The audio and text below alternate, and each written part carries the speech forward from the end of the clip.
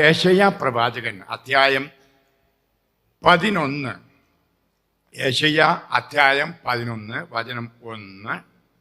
ജസ്സയുടെ കുറ്റിയിൽ നിന്ന് ഒരു മുള കിളർത്തു വരും, അവൻ്റെ വേരിൽ നിന്ന് ഒരു ശാഖ പൊട്ടി കിളിർക്കും. കർത്താവിൻ്റെ ആത്മാവ് അവൻ്റെ മേൽ ആവസിക്കും, ജ്ഞാനത്തിൻ്റെയും വിവേകത്തിൻ്റെയും ആത്മാവ്, ഉപദേശത്തിൻ്റെയും ശക്തിയുടെയും ആത്മാവ്, അറിവിൻ്റെയും ദൈവഭക്തിയുടെയും ആത്മാവ്. അവൻ ദൈവഭക്തിയിൽ ആനന്ദം കൊള്ളും. കണ്ണുകൊണ്ട് കാണുന്നത് കൊണ്ടോ ചെവി കൊണ്ട് കേൾക്കുന്നത് കൊണ്ടോ മാത്രം അവൻ വിധി നടത്തുകയില്ല. ദരിദ്രരെ അവൻ ധർമ്മനിഷ്ഠയോടെ വിധിക്കും. ഭൂമിയിലെ എളിയവരോട് അവൻ നീതിപൂർവ്വം വർത്തിക്കും. ആജ്ഞാന ദണ്ഡുകൊണ്ട് അവൻ ഭൂമിയെ പ്രഹരിക്കും. അവൻ്റെ മൊഴി ദുഷ്ടരെ നിഗ്രഹിക്കും. നീതിയും വിശ്വസ്തതയും കൊണ്ട് അവർ അരമുറുക്കും. ചെന്നായി മാട്ടിൻകുട്ടിയും ഒന്നിച്ചു വസിക്കും. പുള്ളിപ്പുലി കോലാട്ടിൻ കൂട്ടിയോടുകൂടെ കിടക്കും. പശുക്കിടാവും സിംഹക്കുട്ടിയും ഒന്നിച്ചു മേയും. ഒരു ശിശു അവയെ മേയ്ക്കും. പശുവും കരടിയും ഒരിടത്ത് മേയും. അവയുടെ കുട്ടികൾ ഒന്നിച്ചു കിടക്കും. സിംഹം കാളയെപ്പോലെ വൈക്കോൽ തിന്നും. മുലകുടിക്കുന്ന ശിശു സർപ്പത്തിൻ്റെ പൊത്തിൽ കൈകൾ ഇടും. മുലകുടി മാറിയ കുട്ടി അണലിയുടെ അളയിൽ കൈയിടും. എൻ്റെ വിശുദ്ധഗിരിയിൽ ആരും ദ്രോഹമോ നാശമോ ചെയ്യുകയില്ല. ഹല്ലേലൂയ. കർത്താവിൻ്റെ വരവിനെ പറ്റി പറഞ്ഞിരിക്കുന്ന പ്രവചനമാണ്. ഞാനത് വായിക്കുമ്പോൾ ഓർക്കും, അതെ, മനോഹരമായിട്ട് പറയുകയാണ്. അതായത് സിംഹക്കുട്ടിയും പശുക്കിടാവും ഒന്നിച്ചു കിടക്കുന്നു. സിംഹം ഒരു ഷാടിൻ്റെ കൂടെ കിടക്കുന്നു. പക്ഷേ കേരളത്തിലെ ക്രിസ്ത്യാനികൾ പരസ്പരം യോജിച്ചു പോകുന്നില്ല. എന്ത് നമ്മുടെ പരിതാപകരമായ ചുറ്റുപാടെന്ന് ചിന്തിക്കണം. നമ്മളിപ്പോഴും ഒരു പട്ടിയെ കണ്ടുകൂടാന്ന മനോഭാവമല്ലേ? ഇതൊക്കെയാണ് നമ്മുടെ വർഗീയ ചിന്ത. എത്രമാത്രമാണ്! ഇതൊന്നും മാറ്റിയെടുക്കണം മക്കളെ. വിഭാഗിക ചിന്ത ഒരു ശാപദോഷമായിട്ടാണ് ഗലാത്യർക്കെഴുതിയ ലേഖനത്തിൻ്റെ 5-ാം അധ്യായത്തിൽ ജഡത്തിൻ്റെ പാപങ്ങളെപ്പറ്റി പറയുന്ന ലിസ്റ്റിൽ പറഞ്ഞിരിക്കുന്നത് 19 മുതൽ വചനങ്ങൾ. വ്യഭിചാരം, അശുദ്ധി, ദുർവൃത്തി, കലഹം, ഭിന്നത, കൊലപാതകം പറഞ്ഞിട്ട് പറയാണ് വർഗീയ ചിന്ത, വിഭാഗിക ചിന്ത. ഇത് നമ്മൾ മാറ്റിയേ മതിയാവും മക്കളെ. പ്രത്യേകിച്ച് ഈ കാലഘട്ടത്തിൽ ക്രിസ്ത്യാനികളാണ് നമ്മൾ. അവൻ തെക്കും പോകാനാണ്, വടക്കും പോകാനാണ്, അവൻ്റെ അക്കോബയാണ്, മർത്തോമായാണ് എന്നൊക്കെ പറഞ്ഞ് മാറ്റി നിർത്തുക. അല്ലെങ്കിൽ അവൻ സീറോ മലബാറാണ്, അവൻ ലത്തീനാണ്, മലങ്കരയാണ്. ഇതൊക്കെ ആ മനോഭാവങ്ങൾക്ക് അതീതമായി ഞങ്ങൾ യേശുക്രിസ്തുവിൽ ഒന്നാണെന്ന ചിന്ത എൻ്റെ മക്കളെ ഉണ്ടാവണം. ഹല്ലേലൂയ. ഇല്ലെങ്കിൽ ഈ ക്രിസ്മസ് ആഘോഷവും ഈ കരിസ്മാനിൽ വരവും കരിസ്മാറ്റിക്കും എല്ലാം പൂച്ച. ഹല്ലേലൂയ. അത് ഒന്ന് മനസ്സിലാക്കണേ മക്കളെ. വീണ്ടും വീണ്ടും ഞാൻ പറയുന്നതാണ്. അതിനു വേണ്ടിയിട്ട് ഞാൻ ബലിയാടായതാണെന്ന് നിങ്ങൾക്കറിയാം. ഞാൻ എന്നോട് പറയും, നമ്മൾ ഈ വർഗീയ വിഭാഗീയ ചിന്തയ്ക്ക് അതീതമായിട്ട് ജീവിച്ചില്ല എങ്കിൽ നമ്മൾ ക്രിസ്ത്യാനികളല്ല. കർത്താവ് നമ്മളെ അനുഗ്രഹിക്കാൻ സാധ്യമല്ല. ഇനിയും അത് ആത്മീയ തലം. ശാരീരിക തലത്തിലോ ഇന്ന് നമ്മളെ ഇല്ലാതാക്കാനായിട്ട് ഏറെ പ്രോഗ്രാമുകൾ ഇന്ത്യയിലുണ്ട് എന്ന് നിങ്ങൾക്കറിയാം. ഞാൻ പറയേണ്ട, നിങ്ങൾക്ക് വായിക്കുന്ന അറിയുന്നതാണ്. വളരെ എളുപ്പത്തിൽ നമ്മളെ നശിപ്പിക്കാൻ അവർക്ക് കഴിയും. ഒന്ന് ആലോചിച്ച് നോക്കി. ആ വിഴിഞ്ഞം പ്രശ്നം മുതൽ എത്ര പ്രശ്നങ്ങൾ കേരളത്തിലുണ്ടായി. നമ്മൾ നിലവിളിച്ച് വഴിയിലൊക്കെ ബഹളമുണ്ടാക്കിയോ? എന്തിനെങ്കിലും ഒരു വിജയം കണ്ടോ? കേരള ക്രിസ്ത്യാനികൾ അവരുടെ അവകാശങ്ങൾക്ക് വേണ്ടി അടുത്ത നാൾ നടത്തിയ ഏതെങ്കിലും സമരം വിജയിച്ചോ? ഇല്ല. ഇന്ന് അത് പത്രത്തിൽ കാണാൻ ഒരു പക്ഷേ ക്രിസ്മസിൻ്റെ അവധി കൂടി മാറ്റിയേക്കുമെന്ന്. ഹല്ലേലൂയ. ഇതൊക്കെ സംഭവിച്ച് നിങ്ങൾ വീട്ടിൽ റോഡിലിറങ്ങി കാറി വിളിച്ചാലും അത് ആരും നിങ്ങളെ ഗവനിക്കില്ല, നമ്മളെ ഗവനിക്കില്ല. കാരണം നമ്മൾ ഒന്നല്ല. ഹല്ലേലൂയ. അത് ശത്രുവിനറിയാം. അതുകൊണ്ടാണ് ഇത് വലിയൊരു സന്ദേശം ഞാൻ നിങ്ങൾക്ക് തരികയാണ് ഇതുവഴിയായിട്ട്. യേശയ്യാ പ്രവാചകൻ വീണ്ടും പറയുന്നു 35-ാം അധ്യായത്തിൽ വചനം 3. ദുർബല കരങ്ങളെ ശക്തിപ്പെടുത്തുകയും ബലഹീനമായവ കാൽമുട്ടുകളെ ഉറപ്പിക്കുകയും ചെയ്യുവിൻ. ഭയപ്പെട്ടിരിക്കുന്നവരോട് ഉച്ചത്തിൽ പറയുവിൻ, ഭയപ്പെടേണ്ട, ധൈര്യം അവലംബിക്കുവിൻ, ഇതാ നിങ്ങളുടെ ദൈവം വരുന്നു. കൈയടിച്ച് കർത്താവിനെ സ്തുതിക്കാം. നമ്മുടെ കർത്താവ് വരുന്നു. ഇതാണ് ക്രിസ്മസിനെ നമ്മൾ ആഘോഷിക്കുന്നത്. നമ്മുടെ കർത്താവ് വരുന്നു. ധൈര്യമായിരിക്കൂ, ഭയപ്പെടരുത്. അതെ, തുടർന്ന് പറയുന്നു, അന്ധരുടെ കണ്ണുകൾ തുറക്കപ്പെടും. ബധിരരുടെ ചെവി ഇനി അടഞ്ഞിരിക്കില്ല. മുടന്തൻ മാനിനെ പോലെ കുതിച്ചു ചാടും. മൂകന്റെ നാവ് സന്തോഷത്തിന്റെ ഗാനമുതിർക്കും. വരണ്ട ഭൂമിയിൽ ഉറവകൾ പൊട്ടിപ്പുറപ്പെടും. മരുഭൂമിയിലൂടെ നദികൾ ഒഴുകും. തപിച്ച മലരാനുണ്യം ജലാശയമായി മാറും. ദാഹിച്ചിരുന്ന ഭൂമി അരുവികളായി മാറും. കുറുനരികളുടെ പാർപ്പിടം ചതുപ്പു നിറമാകും. പുല്ലും ഞാങ്കണയും കോരപ്പുല്ലുമായി പരിണമിക്കും. അവിടെ ഒരു രാജവീഥി ഉണ്ടായിരിക്കും. വിശുദ്ധ വീഥി എന്നത് വിളിക്കപ്പെടും. അശുദ്ധർ അതിലൂടെ കടന്നു പോവില്ല. ഭോഷന്മാർക്ക് പോലും അവിടെ വഴി തെറ്റുകയില്ല. അവിടെ സിംഹം ഉണ്ടായിരിക്കുകയില്ല. ഒരു ഹിംസ ജന്തുവും അവിടെ പ്രവേശിക്കുകയില്ല. അവയെ അവിടെ കാണുകയേയില്ല. രക്ഷിക്കപ്പെട്ടവർ മാത്രം അതിലൂടെ സഞ്ചരിക്കും. Hallelujah, hallelujah. നിങ്ങൾ ശ്രദ്ധിച്ചുവോ? ആദ്യമേ പ്രവചനത്തിലൂടെ പറഞ്ഞു, അതെ, ശത്രുക്കളായ മൃഗങ്ങൾ ഒന്നിച്ച് ശയിക്കും എന്ന് പറഞ്ഞാൽ അത് സമാധാനം ഉണ്ടാകുമെന്ന്. അതിനുശേഷം നമ്മളിപ്പോൾ കേട്ടത് രോഗസൗഖ്യം, വിടുതൽ, എല്ലാവിധ ഭൗമിക ആത്മീയ അനുഗ്രഹങ്ങൾ വർഷിക്കുമെന്ന്. അതിനുശേഷം ഏറ്റവും പ്രധാനപ്പെട്ട സന്ദേശം തരികയാണ്. അതെ, അവിടെ ഒരു രാജവീഥി, രാജാവിന് വരാനുള്ള വഴി. ആ രാജാവാണ് രാജാതിരാജനായ ഈശോ. അതുകൊണ്ടല്ലേ ഈശോ അപ്പോൾ കൂട്ടി പറഞ്ഞപ്പോൾ രാജാക്കന്മാർ ആരാധിക്കാനാണ് വന്നത്. ഹല്ലേലൂയ. ഒരു രാജകുമാരൻ പിറന്നു എന്നറിയുമ്പോൾ, ഒരു രാജകുമാരി പിറന്നു എന്നറിയുമ്പോൾ അടുത്തുള്ള രാജാക്കന്മാർ സന്ദർശിക്കാൻ പതിവാണ്. ഇത് അടുത്തുള്ളതല്ല, അങ്ങ് പൗരസ്ത്യ ദേശത്തു നിന്നും, ഒരുപക്ഷെ ഇന്ത്യയിൽ നിന്നും കൂടി ഉണ്ടായിരുന്നിരിക്കാൻ നമുക്കറിയില്ല. അതിനെപ്പറ്റി ഒത്തിരി കാര്യങ്ങളൊക്കെ ഉണ്ട്. പ്രിയമുള്ളവരെ, അത് പോയി എന്ന്. അപ്പം രാജവീഥി ഉണ്ടാവണം. ആ രാജവീഥി അത് എന്താണ് പറയുന്നത്? വിശുദ്ധ വീഥി. അനിയും തുടർന്ന് പറയുന്നത് എന്താണ്? അശുദ്ധർ അതിലൂടെ കടന്നു പോവില്ല. ഇവിടെ അതെ നമ്മൾ മനസ്സിലാക്കണം. അതെ, കഥാവ് ഈശോ വെളിപാട് പുസ്തകം 21 പറയുന്നു വളരെ മനോഹരമായിട്ട്. വെളിപാട് പുസ്തകം അധ്യായം 21, 27 കുഞ്ഞാടിൻ്റെ ജീവഗ്രന്ഥത്തിൽ പേരെഴുതപ്പെട്ടവർ മാത്രമേ അതിൽ പ്രവേശിക്കൂ. അശുദ്ധമായൊന്നും മ്ലേച്ഛതയും കൗടില്യവും പ്രവർത്തിക്കുന്നവരാരും അതിൽ പ്രവേശിക്കുകയില്ല. ഇത് കർത്താവിൻ്റെ വചനമാണ്, എൻ്റേതല്ല. ബൈബിളിൽ നിന്നാണ് ഞാൻ വായിച്ചത്. അതുപോലെ തന്നെ നമ്മൾ വായിക്കുന്നു 22-ാം അധ്യായം വെളിപാട് പുസ്തകം 22:14 ജീവന്റെ വൃക്ഷത്തിൻ്റെ മേൽ. ഏതാണ് ആ ജീവന്റെ വൃക്ഷം? ഇന്നും ജീവിക്കുന്നവനായ ഈശോ. നമുക്കറിയാം, ഏദൻ തോട്ടത്തിൽ 2 വൃക്ഷത്തെപ്പറ്റി പറയുന്നുണ്ട്. നന്മ തിന്മ തിരിച്ചറിയുന്ന വൃക്ഷവും ജീവന്റെ വൃക്ഷവും. ഹല്ലേലൂയ. ആ ജീവന്റെ വൃക്ഷം അനാദിയിലുള്ള വചനം, ദൈവത്തോടു കൂടിയായിരുന്ന വചനമാകുന്ന യേശുവാണ്. ഹല്ലേലൂയ. അത് മനസ്സിലാക്കാൻ നോക്കിയത് മനസ്സിലാവും. അതെ, നന്മ തിന്മകൾ തിരിച്ചറിയുന്ന ആ ഫലങ്ങൾ പറിക്കുന്ന പറഞ്ഞത്. അത് ജീവന്റെ വൃക്ഷം അവിടെ നിൽപ്പുണ്ട്. പക്ഷെ മറ്റേത് പറിച്ചു നിന്ന് അവർ ദൈവത്തെ പോലാകാമെന്ന് പരിശ്രമിച്ച പാപം ചെയ്തപ്പോൾ ആ ജീവന്റെ വൃക്ഷത്തിലേക്കുള്ള വഴി കൊട്ടി അടച്ചു. കെരൂബുകളെ മലഹമാരെ തീയുമായി നിർത്തി. എന്നാൽ ഈ വൈകല്യത്തോടുകൂടി ജീവന്റെ വൃക്ഷമാണ് ഈശോയെ തൊട്ടാൽ അവൻ എന്നേക്കും വൈകല്യത്തിലായിരിക്കും. ഒരിക്കലും അവനെ രക്ഷിക്കാൻ ആവതല്ല. ഹല്ലേലൂയ. അതെ, അതും കർത്താവിന്റെ വലിയ കൃപയും കരുണയുമാണ് നമുക്ക് കാണാൻ ദർശിക്കാൻ കഴിയുന്നത്. ആ വൃക്ഷം അതെ അമ്മയുടെ ഉദരത്തിൽ 2000 വർഷങ്ങൾക്ക് മുമ്പ് പിറന്നു. അതാണ് ഇന്നും ജീവിക്കുന്നവനായ ഈശോ. Hallelujah, hallelujah. അപ്പോൾ ഈ ജീവന്റെ വൃക്ഷം ഇന്ന് നമ്മുടെ മധ്യത്തിലുണ്ട്.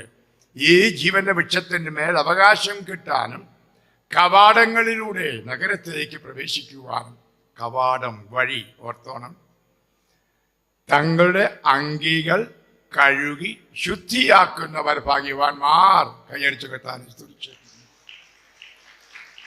ജീവന്റെ വൃക്ഷത്തിലേക്ക് അതെ പ്രവേശിക്കണമെങ്കിൽ അതെ അങ്കി എന്ന് പറഞ്ഞാൽ വസ്ത്രം കഴുകണം. 7 വസ്ത്രം, നമ്മുടെ ആത്മാവിൻ്റെ വസ്ത്രം. നമുക്കറിയാം, ജ്ഞാനസ്ഥാനത്തിൽ വെച്ച് വൈദികൻ ഒരു വെള്ള വസ്ത്രം തന്നു. നിങ്ങൾക്ക് ഓർക്കുന്നില്ല, തലതൊട്ടപ്പനും തലതൊട്ടപ്പയ്ക്കും അറിയാം. നിങ്ങൾക്ക് പിന്നീട് സംബന്ധിച്ചിട്ടുണ്ട് ജ്ഞാനസ്ഥാന കർമ്മത്തിൽ ഇല്ലേ? അതിലെ ഒരു അവിഭാജ്യ ഭാഗമാണ് ഒരു വെള്ളത്തുണി കയ്യിൽ കൊടുക്കുന്നു. എന്നിട്ട് പറയുന്നുണ്ട് ജീവിതത്തിൻ്റെ അവസാനം കർത്താവിനെ കണ്ടുമുട്ടുന്നതും വരെ നൈർമല്യമായ ഹൃദയം നിനക്കുണ്ടായിരിക്കട്ടെ എന്ന പ്രാർത്ഥനയാണ്. ഹല്ലേലൂയ. ഒരു പക്ഷെങ്കിൽ ജീവിതത്തിൻ്റെ വിവിധ സന്ദർഭങ്ങളിൽ അതിൻ്റെ ഭംഗി പോയി, അതിൻ്റെ വെളുപ്പ് പോയി എങ്കിൽ കഴുകി വിശുദ്ധീകരിക്കുക. അതിനും കർത്താവിൻ്റെ വലിയ കാരുണ്യം. അതാണല്ലോ ഇന്നലെ നമ്മൾ അനുഭവിച്ചു, കുമ്പസാരിച്ചു. അപ്പോൾ അങ്കി കഴുകി ശുദ്ധിയാക്കപ്പെട്ടവർ ഭാഗ്യവാന്മാർ. അവർക്ക് മാത്രമേ ആ ജീവന്റെ വൃക്ഷത്തിലേക്ക്, വേറെ ഭാഷയിൽ പറഞ്ഞാൽ പുൽക്കൂട്ടിലെ ഉണ്ണിയെ കാണാൻ കഴിയൂ. ഹല്ലേലൂയ. വീണ്ടും ഓർക്കണേ, ഞാൻ പുൽക്കൂട്ടിലെ ഉണ്ണി എന്ന് പറയുമ്പം ഇവിടെ പള്ളികളിലൊക്കെ ഉണ്ടാക്കി വയ്ക്കുന്ന പുൽക്കൂടല്ല ഞാൻ ഉദ്ദേശിക്കുന്നത്. അവിടെ വെച്ചിരിക്കുന്ന മണ്ണ് കൊണ്ടുള്ള കല്ലുകൊണ്ടുള്ള പ്രതിമയല്ല ഞാൻ ഉദ്ദേശിക്കുന്നത്. പ്രിയമുള്ളവരെ, ഇന്നും നമ്മുടെ മധ്യത്തിൽ ജീവിക്കുന്ന, നമ്മളെ നയിക്കുന്ന യേശു, ആ ഹൃദയമാണ് പുൽക്കൂട്, ആയിരിക്കണം പുൽക്കൂട്. ഹല്ലേലൂയ. നിങ്ങൾ കർത്താവ് സദ്യ ഒരുക്കിയ കാര്യം കേട്ടിട്ടില്ലേ? ഒരു ഉപമ. വലിയൊരു സദ്യ ഉണ്ടാക്കി, എന്നിട്ട് ക്ഷണിക്കപ്പെട്ടവർ ആരും വന്നില്ല. ഊടുവഴിയിലും തെരുവിലുമുള്ളവരെ വിളിച്ചു കൂട്ടി. അങ്ങനെ ഹോള് മുഴുവൻ, കല്യാണ മണ്ഡപം മുഴുവൻ നിറച്ച ആളായിരുന്നു. ആ കർത്താവ് വന്നപ്പം ഒരാളെ കണ്ടു, കല്യാണ വസ്ത്രമില്ലാതെ. ഹല്ലേലൂയ. മാമോദിസ കിട്ടിയ കല്യാണ വസ്ത്രമില്ലാത്ത ഒരാളുണ്ടായിരുന്നു, അവനെ തത്തിച്ചു. ഹല്ലേലൂയ. ഓർത്തോണം, ആരായിരുന്നു ആ സദ്യ ഉണ്ടത്? കത്തോലിക്കർ മാത്രമല്ല, ക്രിസ്ത്യാനികൾ മാത്രമല്ല, വഴിവെക്കിലും ഊടുവഴിയിലുമുള്ള നമ്മൾ വിജാതിയർ എന്ന് പറഞ്ഞ് മാറ്റി നിർത്തിയവരും ഹോളിൽ വന്നു. ഈശോയെ നന്ദി, ഈശോയെ സ്തോത്രം.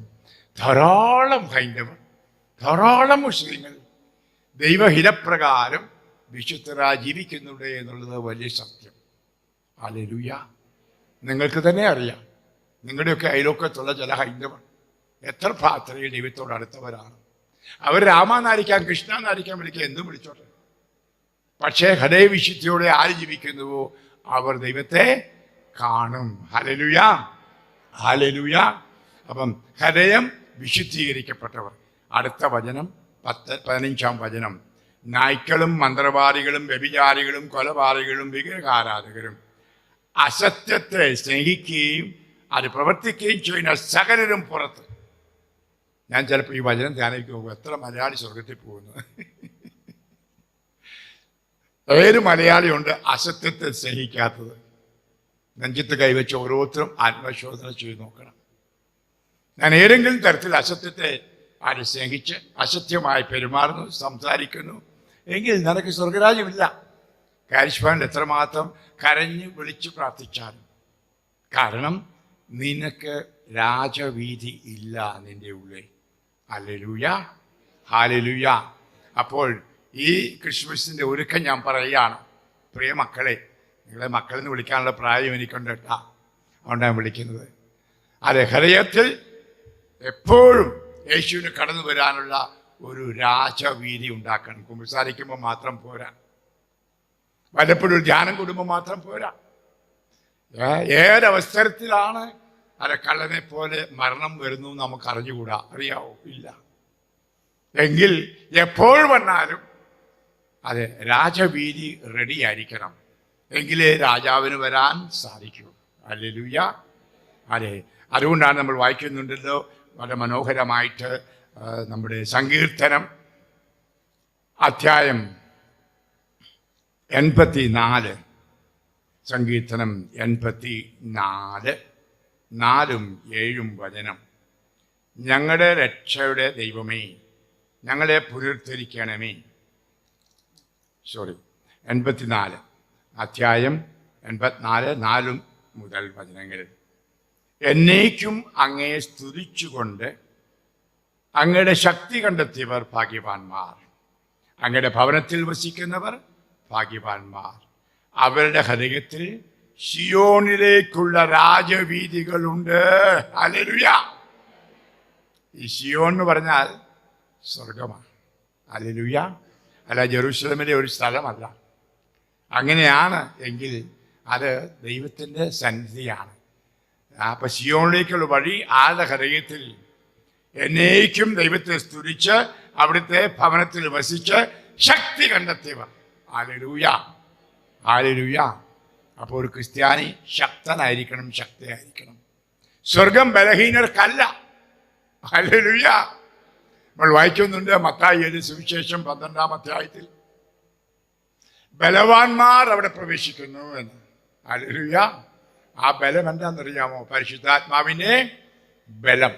അപ്പോസ്തല പ്രവർത്തനങ്ങൾ അധ്യായം 1:8 പരിശുദ്ധാത്മാവ് നിന്റെ മേൽ വരുമ്പോൾ നീ ശക്തി പ്രാപിക്കും.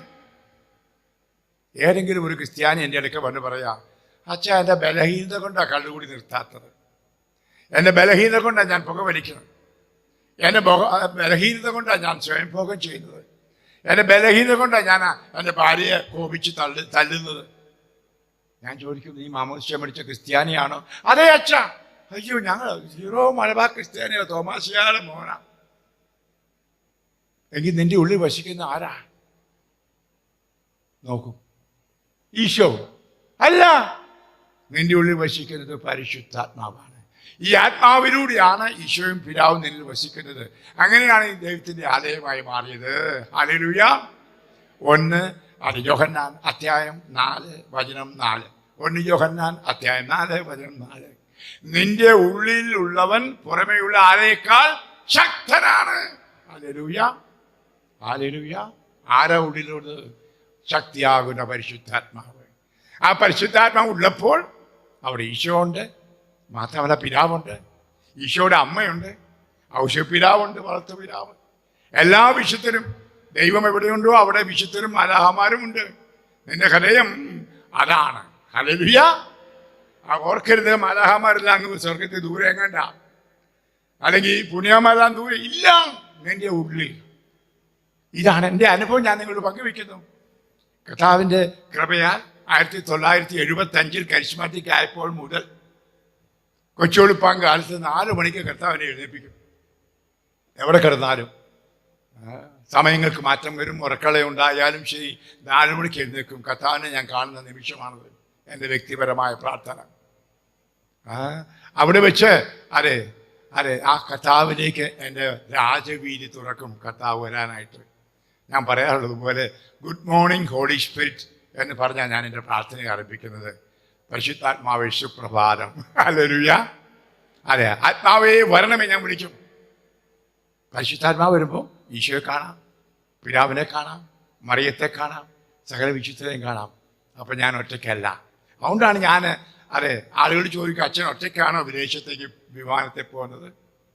അച്ഛൻ ഒറ്റയ്ക്കാണോ പോകുന്നത് യാത്രയെല്ലാം? അതെ, ഒറ്റയ്ക്കല്ല. എനിക്കെൻ്റെ കൂടെ ത്രിത്യേക ദൈവവും ആ ദൈവത്തിൽ തുച്ഛമുള്ള വലിയ ശക്തിയുമുണ്ട്. ഹല്ലേലൂയ. പ്രിയ, കണ്ടുപിടിക്കണം ഇത്. ഇതാണ് ഞാൻ പറഞ്ഞു തരികയാണ് എൻ്റെ ജീവിതത്തിൻ്റെ രഹസ്യങ്ങൾ. ഹല്ലേലൂയ. എന്തുകൊണ്ട് ഞാനിന്ന് ശക്തനായിരിക്കുന്നു എന്നുള്ളത് പറയുകയാണ്. ഞാൻ ആരെന്ന് നിങ്ങൾക്കെല്ലാം അറിയത്തില്ല, കുറച്ചെല്ലാം അറിയാം. ഏതായാലും വീൽ ചെയറിൽ ഇരിക്കുന്ന ഒരുത്തൻ്റെ വേദനയും ബലഹീനയും ഒന്ന് അനുമാനിക്കാം, ശരിയല്ലേ? നിങ്ങൾ ഈ കസേരയിൽ 1 മണിക്കൂർ ഇരിക്കുമ്പോൾ തന്നെ നിങ്ങൾക്ക് അസ്വസ്ഥതയാണ്. എന്നാലും കസേര ഇരിക്കുമ്പോൾ ചന്തിയൊക്കെ അനക്കാൻ പറ്റും. എനിക്ക് ചന്തി അനക്കത്തില്ലെന്ന് ഓർക്കണം. ഒരേ ഇരിപ്പിരുന്ന് ഈ പകൽ മുഴുവൻ ഞാൻ നിങ്ങൾക്ക് പ്രസംഗിച്ച് കുർബാനയ്ക്ക് മാത്രം ഞാൻ തടിയെ പിടിച്ച് അത്താരെ പിടിച്ച് നിൽക്കുന്നത്. ഇല്ലെങ്കിൽ നിങ്ങൾക്ക് വേണ്ടി പ്രാർത്ഥിക്കാൻ ഇരിക്കുന്നതല്ല. ഇതെങ്ങനെ സാധിക്കും? ഞാൻ തന്നെ അത് ചിന്തിക്കാറുണ്ട്. അതുകൊണ്ടാണ് പറഞ്ഞത്, ഈ ശക്തി കണ്ടെത്തണം. ഹല്ലേലൂയ. അവിടെ സാന്നിധ്യത്തിൻ്റെ ശക്തി കണ്ടെത്തണം.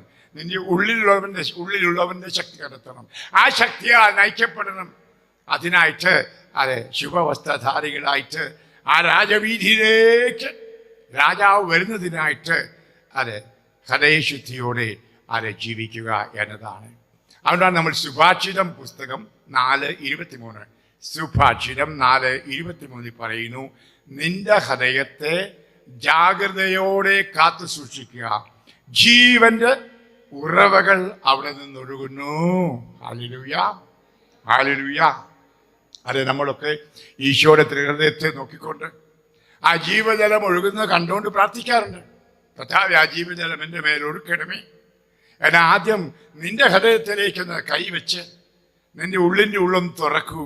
അവിടെ ജീവന്റെ ജലമുണ്ട്. അത് നിനക്ക് മാമോദീസ മുതൽ വിവിധ കുരാശകളിലൂടെയും പ്രാർത്ഥനകളിലൂടെയും ലഭിച്ചു. ഹല്ലേലൂയ. ഇവിടെയാണ് നീ ഒരു ക്രിസ്ത്യാനി ആയിരിക്കുന്നത്, ഒരു കത്തോലിക്കനായിരിക്കുന്നത് കൈയടിച്ച് കെത്താനെ സ്തുതിക്കേണ്ടത്. കാരണം കത്തോലിക്കയുടെ വിശ്വാസം മാത്രമാണ് ഈ 7 കുരാശകളും, പ്രത്യേകിച്ച് വിശുദ്ധ കുർബാനയുടെ വിശ്വാസം. അതൊക്കെ ഓർക്കണമേ, ചിന്തിക്കണമേ. നമ്മൾ എത്ര തവണ നമ്മുടെ സഭയോർത്ത് നന്ദി പറയാറുണ്ട്. നമ്മൾ സഭ എന്ന് പറയുമ്പോൾ മാപ്പാപ്പ, മെത്രാൻ, അല്ല അച്ഛന്മാർ, അതല്ല സഭ. സഭ എന്ന് പറയുന്നത് ദൈവജനമാണ്. ഹല്ലേലൂയ. നിങ്ങളാണ് സഭ. ഹല്ലേലൂയ. ഞങ്ങളൊക്കെ ശുശ്രൂഷ പൗരോഹിത്യം മേടിച്ചിരിക്കുന്നു നിങ്ങൾക്ക് ശുശ്രൂഷ ചെയ്യുവാൻ. ഹല്ലേലൂയ. എന്നാൽ നിങ്ങൾക്ക് കിട്ടിയിരിക്കുന്നത് എന്താണെന്നറിയാമോ? മഹത്വമേറിയ റോയൽ പ്രീസ്റ്റ്ഹുഡ് എന്ന് പറഞ്ഞാൽ അത് രാജകീയ പൗരോഹിത്യം. ഹല്ലേലൂയ. അതെ, നിങ്ങൾ രാജകുമാരിമാരെയും രാജാക്കന്മാരെയും സേവിക്കാനാണ് ഞങ്ങൾ ഈ ഉടയാടെല്ലാം ഉടുത്ത്, അതെ, ഈ ഡോക്ടർമാർ ആശുപത്രിയിൽ രോഗികളെ നോക്കുന്ന പോലെ അതെ ഞങ്ങൾ ശുശ്രൂഷ പട്ടം സ്വീകരിച്ചത്. ഹല്ലേലൂയ. ഇതാണ് സഭ, നിങ്ങളാണ് സഭ. ആ സഭയിലെ വെറും സേവകരാണ് ഞങ്ങൾ. അതുകൊണ്ടല്ലേ മാപ്പാപ്പയുടെ ഔദ്യോഗിക പേരെന്തെന്നറിയാമോ? സേവകരുടെ സേവകൻ, സെർവൻറ്റ് ഓഫ് ദ സെർവൻറ്റ്. മാപ്പാപ്പ അങ്ങനെയാണെങ്കിൽ പിന്നെ മെത്രാൻ്റെ അച്ഛൻ്റെ കാര്യം പറയണോ? ഇലനക്കിപ്പട്ടിയുടെ കിരുനക്കിപ്പട്ടി എന്ന് പറഞ്ഞ പോലെ. ഹല്ലേലൂയ. അത് മാപ്പാപ്പ സേവകനാണെങ്കിൽ കണിശം മാപ്പാപ്പയുടെ കീഴിൽ പ്രവർത്തിക്കുന്ന വൈദികരും മെത്രാനും എല്ലാം വേലക്കാരാണ്. ഹല്ലേലൂയ. പക്ഷെ ഞങ്ങൾ ആ എളിമയില്ല, ഞങ്ങളോട് ക്ഷമിക്കും. ഞങ്ങൾക്ക് ആ എളിമയില്ലാത്തതിന് നിങ്ങൾ ക്ഷമിക്കും. ഞങ്ങളുടെ വീട്ടിൽ വേലക്കാരുടെ എളിമയില്ലെങ്കിൽ അവർ ക്ഷമിക്കല്ല നടക്കുന്നത്. ഹല്ലേലൂയ. തീർത്തും കൊള്ളത്തില്ലെങ്കിൽ പറഞ്ഞു വിടുക. ഹല്ലേലൂയ. പക്ഷേ ഒരു കാര്യം, വീട്ടിലെ വേലക്കാരിയോ വേലക്കാരനോ മോശമായിട്ട് വീട് വിട്ടു പോകരുത് കേട്ടോ. അങ്ങനെയുള്ള മണ്ടന്മാരിവിടെ ഇല്ല. ഉണ്ടോ? ഇന്നാ നമ്മുടെ കേരള സഭയിൽ ഒത്തിരി മണ്ടന്മാർ അങ്ങനെയുണ്ട്. അച്ഛന്മാര് മെത്രാന്മാർ നല്ലതല്ലെന്ന് പറഞ്ഞ് ബന്ധുക്കോസിലേക്ക് പോവാം. ആമേ എന്ന് പറഞ്ഞാൽ വേലക്കാരോട് കോപിച്ച് വേലക്കാർ നല്ലതല്ല എന്ന് പറഞ്ഞുകൊണ്ട് വീട് വിട്ടു പോകുന്ന ശുദ്ധ മണ്ടന്മാരുണ്ട് ഇവിടെ. ഇവിടെയാണ് നമ്മുടെ ശ്രേഷ്ഠത, മാന്യത. അതെ, നമ്മൾ മനസ്സിലാക്കണം. അതെ, നമ്മൾ അതെ ഹൃദയത്തിൽ വഹിക്കുന്ന ഈശോ, നമ്മുടെ ഹൃദയത്തിൽ വഹിക്കുന്ന ഈശോയുടെ തിരുഹൃദയം, ആ തിരുഹൃദയത്തിൽ നിന്ന് അതെ ഒഴുകുന്ന ആ കൃപ, അതാണ് അത് വലിയ കൃപയാണ് ഒഴുകുന്നത്. അതുകൊണ്ടാണ് ജാഗരൂകതയോടെ നിന്റെ ഹൃദയത്തെ സൂക്ഷിക്കുക. ആ രാജവീതി വൃത്തിഹീനമാകാൻ അനുവദിക്കരുത്. ആ രാജവീതി ഒരു തരത്തിലും അടയാൻ അനുവദിക്കരുത്. ആ രാജവീതിയിൽ പൊടിപടലങ്ങൾ പോലും ഉണ്ടാകാൻ അനുവദിക്കരുത്. പരിവൃത്തമെല്ലാം അത് ശുദ്ധീകരിക്കണം. കുന്നും മലയും നികത്തി അതൊക്കെ ഞാൻ പറഞ്ഞു കഴിഞ്ഞതാണ്. അത് അങ്ങനെ രാജാതിരാജൻ വരേണ്ടത്. ഇനിയും അതെ, നമുക്കറിയാം അതാണ് ദൈവത്തിൻ്റെ സ്നേഹം. കാരണം അത്രമാത്രം ദൈവം ദാഹിക്കുന്നു നമ്മുടെ ഹൃദയത്തിൽ വസിക്കുവാൻ. നമുക്കറിയാം ആ കുരിശിൽ കിടന്നുകൊണ്ട് പറഞ്ഞെന്താണ്? എനിക്ക് ദാഹിക്കുന്നു. ഒരു ദൈവത്തിൻ്റെ ദാഹം, ദൈവപുത്രനായ ഈശോയുടെ ദാഹം. ഞാൻ പറഞ്ഞല്ലോ, അത് ഏദൻ തോട്ടത്തിൽ തുടങ്ങിയ ദാഹം. ആരാ വിളിക്കുക? ഔവ, മറിയാമേ, ചാക്കോച്ച, അന്നമ്മേ വിളിക്കുക. നമ്മൾ ഓരോരുത്തരെയും വിളിക്കുന്ന ദൈവം ദാഹിച്ചോണ്ടാണ് വിളിക്കുന്നത്, നമ്മളെ സ്വന്തമാക്കാൻ. നമ്മുടെ ഉള്ളിലും ഒരു ദാഹമുണ്ട്. ഹല്ലേലൂയ. അത് നമുക്ക് ആ സങ്കീർത്തനത്തിൽ 2 സങ്കീർത്തനം പ്രത്യേകിച്ച് പറയുന്നുണ്ട്. സങ്കീർത്തനം 34-64. ദൈവമേ, എൻ്റെ ഉള്ളം അങ്ങേക്കായി ദാഹിക്കുന്നു. പോയ മക്കളെ, ദൈവത്തിൻ്റെ ദാഹവും എൻ്റെ ദാഹവും തമ്മിൽ കൂട്ടിമുട്ടുമ്പോഴാണ് എനിക്ക് രക്ഷയുണ്ടാവുന്നത്. കൈയടിച്ച് ദൈവത്തെ സ്തുതിക്കാം. എൻ്റെ ദാഹം, എൻ്റെ വിശപ്പ് തീർക്കാൻ ഈശോ ദൈവം എൻ്റെ ഉള്ളിൽ വരുമ്പോൾ ആ ദൈവവും ദാഹിച്ചുകൊണ്ടാണ് വരുന്നത്. അവനും സംതൃപ്തനാകും, ഞാനും സംതൃപ്തനാകും. ഇതാണ് ജോയ് ഓഫ് ക്രിസ്ത്യൻ ലിവിങ്. അതെ, ക്രിസ്ത്യാനിയായി ജീവിക്കുന്നതിൻ്റെ സന്തോഷം. Hallelujah, hallelujah. നമ്മുടെ പിന്നാലെ വരുന്ന ആ കർത്താവ്. ഇത് ഒരു വശം. വേറൊരു വശമുണ്ട്. അതെന്തെന്ന് ചോദിച്ചാൽ അതെ, മറ്റുള്ളവരിൽ യേശുവിനെ കാണുന്നതിൻ്റെ സന്തോഷം, മറ്റുള്ളവർ യേശുവിനെ കണ്ട് നന്മ ചെയ്തുള്ള സന്തോഷം. അതെ, നിങ്ങൾ അതെ ഒരു വശങ്ങൾ കേട്ടിട്ടുണ്ടായിരിക്കും ആർത്തബാന്റെ കഥ. അതായത് 3 രാജാക്കന്മാർ. ബൈബിൾ പറയുന്നില്ല 3 രാജാക്കന്മാരെന്ന് കേട്ടോ, രാജാക്കന്മാരെന്നേ പറഞ്ഞിട്ടുള്ളൂ. അത് നമ്മുടെ പാരമ്പര്യം 3 ആക്കിയത്. ഒരു പക്ഷേ ത്രിത്വം 3 ആളുകൾ, അതുകൊണ്ടായിരിക്കാം 3 ഒരു പെർഫെക്റ്റ് നമ്പർ ആയിരുന്നു. ചിലപ്പോൾ 7 പേരായിരിക്കാം, ആർക്കറിയാം. ഏതായാലും ശരി, വേറെ ഒരു രാജാവൂടെ വരാനായിട്ട് തീരുമാനിച്ചു എന്നാണ് പറയുന്നത്. അതൊരു കഥയാണ്, പാരമ്പര്യമായിട്ട് പറയുന്നൊരു കഥ. അവൻ്റെ പേര് ആർത്തബാൻ എന്നായിരുന്നു. അപ്പം നിശ്ചയ സമയത്ത് അവൻ വന്നില്ല. കാരണം ദൂരെ യാത്ര, കഴുതപ്പുറത്ത് പോകണം, ബethlehem പോകണം. അതുകൊണ്ട് അതെ സഞ്ചിയും നല്ല സമ്മാനവും കൊണ്ടാണ് കുന്തിരിക്കവും മീറായും സ്വർണവും ഒക്കെ എടുത്തു. അവനോടും പറഞ്ഞു, ആർത്തബാനെ ആ സ്വർണമൊക്കെ കരുതിക്കോണം കേട്ടോ, നമ്മൾ പോകുന്ന രാജാതിനെ കാണാനാണ്. അവനതെല്ലാം ചാക്കണക്കിന് കെട്ടി. പക്ഷേ അവന് സമയത്ത് ഇവിടെ ചേരാൻ പറ്റിയില്ല. മിക്കവാറും ഒരു ജർമ്മൻകാരനോ ഫ്രഞ്ചുകാരനാണ്. ഇന്ത്യക്കാരനാണെങ്കിൽ 1 മണിക്കൂർ വലിച്ചു നീട്ടിയേനെ. ഹല്ലേലൂയ. ഇന്ത്യയിൽ 5 മണി എന്ന് പറഞ്ഞാൽ 6 മണിയാണ് അല്ലേ? യൂറോപ്പിലൊക്കെ അങ്ങനെ കൃത്യമാണ്. ഇനി ഏറ്റവും വാച്ച് പോലും നമുക്ക് ട്രെയിൻ നോക്കി കറക്റ്റ് ചെയ്യാൻ പറ്റും. അത്ര കറക്റ്റ് ടൈമിൽ വരും. അപ്പോൾ അതുപോലെ ഇവർ മൂന്നും കൂടെ കറക്റ്റ് ടൈം ഫിക്സ് ചെയ്തു. പക്ഷെ ഇയാൾക്ക് വരാൻ പറ്റില്ല. എന്താ കാരണം എന്നറിയാവോ? അയാൾ വരാനായിട്ട് കെട്ടുമുറിക്കപ്പോൾ ഒരു കരച്ചിൽ കേട്ടു. അമ്മച്ചിയുടെ കുട്ടിയെ ഹെറോദിസിൻ്റെ പട്ടാളക്കാർ കൊല്ലുന്നു. നമുക്കറിയാം, ഹെറോദിസ് കുട്ടികളെ കൊണ്ടുകൊടുക്കുന്നു. അമ്മ കരുതുകാരെയാണ് എൻ്റെ ഏക മകൻ എന്ന് പറഞ്ഞു. അപ്പോൾ ആർത്തബാൻ ചെന്ന് ആ കുട്ടിയെ എടുത്ത് രക്ഷിച്ചു. അങ്ങനെയാണ് അത് സമയത്ത് വരാൻ പറ്റിയില്ല. അതിനുശേഷം അന്നു മുതൽ 33 വർഷക്കാലം ആർത്തബാൻ യേശുവിനെ കാണാൻ ആഗ്രഹിച്ച് അന്വേഷിക്കുകയായിരുന്നു. കടകളും തിണകളും വീടുകളും ചെരുവുകളും എല്ലാം അന്വേഷിക്കുന്നു യേശുവിന്. പക്ഷെ കണ്ടുമുട്ടാൻ സാധിച്ചില്ല. നമ്മൾ വായിക്കുന്നുണ്ടല്ലോ യോഹന്നാൻ എഴുതിയ സുവിശേഷത്തിൻ്റെ അധ്യായം 1 വചനം 20 മുതൽ വചനങ്ങൾ.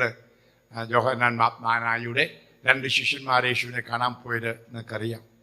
അതെ, അവർ രണ്ടുപേരെയും കൂടെ പറഞ്ഞു വിട്ടു. എന്നിട്ട് അവർ ഈശോയെ കണ്ടു. എന്താ പറഞ്ഞതെന്നറിയാം? അതാ തമാശ. യോഹന്നാൻ പറഞ്ഞ എന്താണ്? ദൈവത്തിൻ്റെ കുഞ്ഞാടെന്ന്. ഒരു മനുഷ്യൻ യേശു ക്രിസ്തു 2 കാലം നടന്നു പോകുമ്പോൾ പറയാം കുഞ്ഞാട് പോകുന്നു. ഞാൻ ഇവിടുന്ന് ഇറങ്ങിപ്പോകും പറയാം കോലാട് പോകുന്നു പറഞ്ഞാൽ എന്നെ കളിയാക്കുന്ന പോലെ എനിക്ക് തോന്നും. ശരിയാണോ? ഹല്ലേലൂയ. എങ്കിൽ യേശുനാഥൻ, അതും പൂർണ്ണ മനുഷ്യനായ യേശുനാഥൻ, പൂർണ്ണ ദൈവമായ മനുഷ്യൻ നടന്നു പോകുമ്പോൾ പറയാണ് കുഞ്ഞാട് പോകുന്നു. പക്ഷേ അവർ വിശ്വസിച്ചു. ഗുരുവിൻ്റെ വാക്ക് 100% സംശയം കൂടാതെ വിശ്വസിക്കണം. ഹല്ലേലൂയ. ഇതാണ് നമ്മൾ ബൈബിൾ വായിക്കുമ്പോഴും ബൈബിളിലെ പ്രസംഗം കേൾക്കുമ്പോഴും വിശ്വാസമുണ്ടെങ്കിലേ വചനം മാംസമാകൂ. അവർക്ക് സംശയം തോന്നിയുമേ ഈ 2 കാലം പോകുന്നവൻ കുഞ്ഞാടാന്ന് പറഞ്ഞു. എന്നാൽ ഈ കുഞ്ഞാടിനെ ഒന്ന് കണ്ടിട്ടേ ഉള്ളൂ. പണ്ട് കുറവലിങ്ങാടകാരൻ കുരിശു മുത്താൻ പോയതുപോലെ ഈ ഡാഷൊന്ന് മുത്തിയിട്ടേ ഉള്ളെന്ന്. ഹല്ലേലൂയ. തീരുമാനമായിരുന്നു, ഈ കുഞ്ഞാടിനെ ഒന്ന് കണ്ടിട്ടേ ഉള്ളൂ. പോക്ക. ഇതാണ് നമ്മുടെ ക്രിസ്തീയ ജീവിതത്തിൽ ഉണ്ടായിരിക്കേണ്ട അത് ഡിസയർ ആൻഡ് ഡിറ്റർമിനേഷൻ. അതായത് ആഗ്രഹം പോരാ, തീരുമാനം ഉണ്ടാവണം. തീരുമാനം എന്നിട്ടങ്ങ് പോവാ പുറകെ. ഹല്ലേലൂയ. നമുക്കൊക്കെ ആഗ്രഹമുണ്ട്, പക്ഷെ തീരുമാനമില്ല. അത് നമ്മുടെ കുഴപ്പം.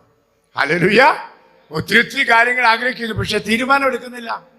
അതെ, എന്നിട്ട് അതെ പുറകെ പോയപ്പോൾ അതെ യേശുവിനോട് ചോദിച്ചു, അങ്ങ് എവിടെയാ താമസിക്കുന്നത്? അഡ്രസ്സാണ് ചോദിച്ചത്. അപ്പോൾ പറഞ്ഞെന്താണ്? വന്ന് കാണുക.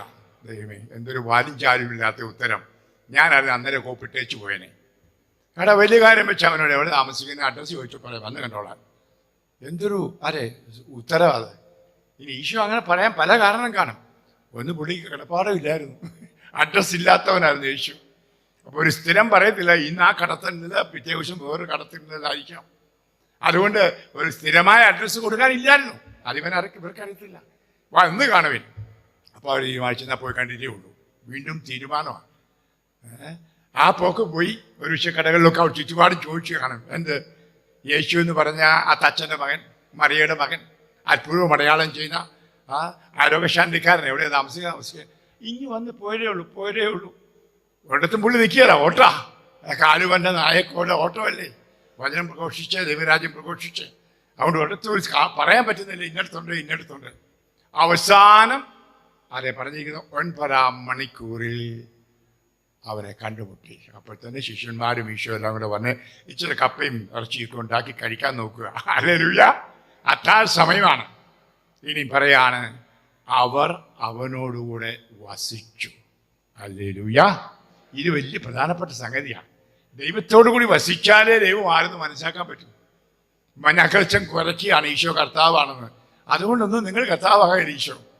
ആകണമെങ്കിൽ നിങ്ങൾ യേശുവിലൂടെ വസിക്കണം. യേശു ആരാണെന്ന് വ്യക്തിപരമായി അനുഭവിച്ചറിയണം. ഹല്ലേലൂയ. ആ കൂടെ കാപ്പിയും കഞ്ഞിയൊക്കെ കുടിച്ച് അവിടെ കിടന്നു. ഈശോ പ്രാർത്ഥിക്കുന്നത് കണ്ടു കാണും, മറ്റുള്ളവർക്ക് വേണ്ടി പ്രാർത്ഥിക്കുന്നത് കണ്ടു കാണും, വിയർത്ത് പ്രാർത്ഥിക്കുന്നത് പോലും കണ്ടു കാണും. ആ രാത്രിയിൽ ആ പിള്ളേർ രണ്ടും ചെറുപ്പക്കാരായിരുന്നു. നേരം വെളുക്കാൻ രാവിലെ അതിലൊരാൾ അന്ത്രയോസ് ആയിരുന്നു.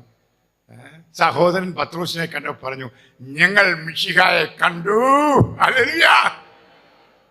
ആരും പറഞ്ഞില്ല മിശിഹ എന്ന്. ജെയിംസ് മഞ്ഞാക്കലിന് എഴുതി വെച്ചിരിക്കുന്ന പോലെ അതാ നാസറേനായ ഈശോ എന്നവിടെ ഒരു ബോർഡും ഇല്ലായിരുന്നു. പിന്നെ എന്താണ് അവന് സ്വന്തം സഹോദരൻ ഈശോയെ കണ്ടെന്ന് പറയാൻ പറ്റാൻ കാരണം? അവൻ അനുഭവിച്ചു. ഹല്ലേലൂയ. അനുഭവിച്ച കർത്താവിനെ പ്രഘോഷിക്കേണ്ടത്. ഞങ്ങൾ കണ്ടതും കേട്ടതുമായ ദൈവത്തെ ഞങ്ങൾക്ക് വിളിച്ച് പ്രഘോഷിക്കാതിരിക്കാൻ സാധ്യമല്ല. അപ്പോസ്തല പ്രവർത്തനം 5-ാം അധ്യായം കോടതിയുടെ സുപ്രീം കോടതിയുടെ മുമ്പിൽ വെച്ചാണ് പറഞ്ഞത്. നിങ്ങൾ യേശുവിൻ നാമം മുന്നിപ്പോയെന്ന് പറഞ്ഞപ്പോൾ ഞങ്ങൾ കണ്ടതും കേട്ടും പറയാതിരിക്കാൻ ഞങ്ങൾക്ക് തരമില്ല. ഹല്ലേലൂയ. അപ്പോസ്തലന്മാർ ആ കൂടെ കർത്താവിനോട് വസിച്ചു കണ്ടു. അതുപോലെ നമ്മളും വസിക്കണം. ആ വസിക്കുന്നതാണ് പ്രാർത്ഥന, കൂരാശാ ജീവിതം. വിശ്വാസത്തോടെ യേശുവിനോട് ഒന്നിച്ച് അതിനെ കളയാൻ ആർക്കും പറ്റത്തില്ല. ഞാൻ നിങ്ങളോട് പറഞ്ഞതുപോലെ എൻ്റെ മകൻ ജോസഫ് കഴുത്ത് വെട്ടപ്പെട്ടപ്പോൾ പറഞ്ഞതുപോലെ ഞാൻ പറഞ്ഞില്ല ആ സംഭവം. അറുത്തുപോയി എൻ്റെ കൈ കർത്താവ് യേശുവാന്ന് പറയും, എൻ്റെ അറുത്ത് വെട്ട മറ്റൊരു കാലുകൾ കർത്താവാന്ന് പറയും, എൻ്റെ തല കർത്താവ് നെറ്റ് പറയും. നിങ്ങൾക്കറിയാമോ, റോമിൽ ചെന്നാൽ ഒരു പ്രത്യേക സ്ഥലമുണ്ട്, ത്രേ ഫൊണ്ടാന എന്ന് പറഞ്ഞൊരു സ്ഥലം. പൗലോസിൻ്റെ തല വെട്ടിയ സ്ഥലം. അവിടെ റോമക്കാരെ 3 കപ്പേള വന്ന് വെച്ചിട്ടുണ്ട്. പറയുന്നതെന്നറിയാമോ, അറ്റുപോയ തല 3 തവണ ചാടി. കോഴിയൊക്കെ വെട്ടുമ്പോൾ കണ്ടിട്ടില്ലേ, കയ്യിൽ നിന്ന് ആ തല പോയ ചാടും. അപ്പം പൗലോസിൻ്റെ തല 3 തവണ ചാടി. ആ ചാടിയ സ്ഥലത്താണ് 3 ചെറിയ കപ്പേള വന്ന് വെച്ചിരിക്കുന്നത് റോമാക്കാർ. ഞാനവിടെ പോയി ധ്യാനിച്ചപ്പോൾ ഓർത്തു, എന്തോ ശക്തനാണ് ഈ പൗലോസ്. ആരാ പൗലോസ്? അവനാണ് അവൻ്റെ എല്ലാ ലൗകികായതയും പാവവും എല്ലാം കുരിശിലങ്ങ് തറച്ചു. എന്നിട്ട് പറഞ്ഞെന്താണ്? ഞാൻ എൻ്റെ ജഡത്തെ അവനോട് ക്രൂശിച്ചു, ഇനി ഞാനല്ല, എന്നിൽ ക്രിസ്തു ജീവിക്കുന്നു. ഹല്ലേലൂയ. യേശുവിനോട് ക്രൂശിക്കപ്പെട്ട അവൻ യേശുവായി മാറി, യേശുവിനോട് സമാനമായി മാറി. അവൻ്റെ തല വെട്ടി, എന്നിട്ട് ആ തലയ്ക്ക് ജീവൻ ഉണ്ടായിരുന്നു. 3 തവണ ചാടി പ്രൈസ് ദി ലോർഡ് എന്നും പറഞ്ഞു. ഹല്ലേലൂയ. പ്രിയമുള്ളവരെ, ഇതായിരിക്കും നമ്മളും. ഇങ്ങേറ്റം തലമുടി നാര് പോകുമ്പോൾ ആ തലമുടി നാര് പോലും യേശുവേ സ്തോത്രം എന്ന് പറയണം. ഹല്ലേലൂയ. കർത്താവ് പറഞ്ഞില്ലേ, തലമുടി നാര് പോലും എണ്ണി തിട്ടപ്പെടുത്തിയിട്ടുണ്ടെന്ന്. ശരിയാണോ? ഹല്ലേലൂയ. അത്രമാത്രം നമ്മളെ സംരക്ഷിക്കുന്ന, അത്രമാത്രം നമ്മളെ സ്നേഹിക്കുന്ന ആ ഈശോ. ഹല്ലേലൂയ. ഓർക്കണം, അപ്പോൾ നമ്മൾ എന്തായാലും അഭേദ്യമായ ബന്ധം അതാണല്ലോ. പൗലോസ് അപ്പോസ്തലൻ റോമാക്കാർക്ക് എഴുതിയ ലേഖനത്തിൻ്റെ 8-ാം അധ്യായം നിങ്ങൾക്കെല്ലാം അറിയാമെങ്കിലും ഞാൻ ഒരിക്കൽ കൂടി ആവർത്തിച്ച് നിങ്ങളോട് പറയുകയാണ്, ക്രിസ്തുവിൻ്റെ സ്നേഹത്തിൽ നിന്ന് ആര് എന്നെ വേർപെടുത്തും? ക്ലേശമോ, ദുരിതമോ, പീഡനമോ, പട്ടിണിയോ, നഗ്നതയോ, ആപത്തോ, വാളോ? ഹല്ലേലൂയ.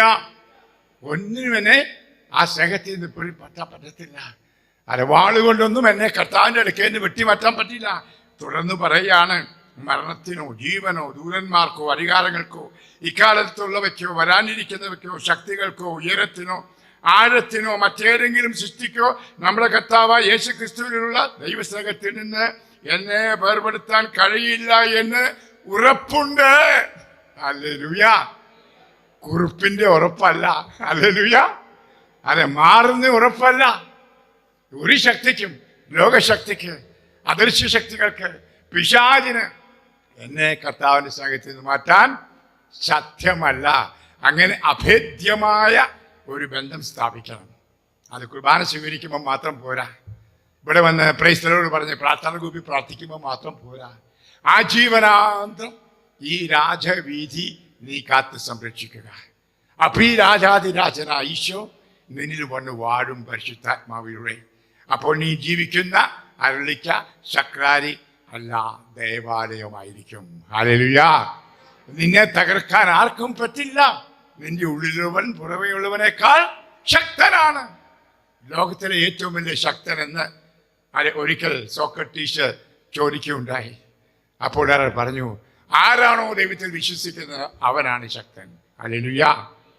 അതെ, സോക്രട്ടീസിന്റെ കാലത്ത് കർത്താവില്ല. ഞാൻ പറയും, അതെ, ഈ ലോകത്തിലെ ഏറ്റവും വലിയ ശക്തനാണ് ഞാൻ ക്രിസ്ത്യാനി ആയതുകൊണ്ട്. ഹല്ലേലൂയ. കൈയടിച്ച് കിട്ടാൻ ശ്രദ്ധിക്കാം കണിശമായിട്ടും. നല്ല കേൾക്കുമ്പോൾ യൂറോപ്പിലൊക്കെ അങ്ങനെയാണ്, നല്ല കാര്യം കേൾക്കുമ്പോൾ കൈയടിക്കും. ഇവിടെ ചുമ്മാ ഇങ്ങനെ തളർന്ന് വായിക്കോട്ടായും വിട്ടിരിക്കുക.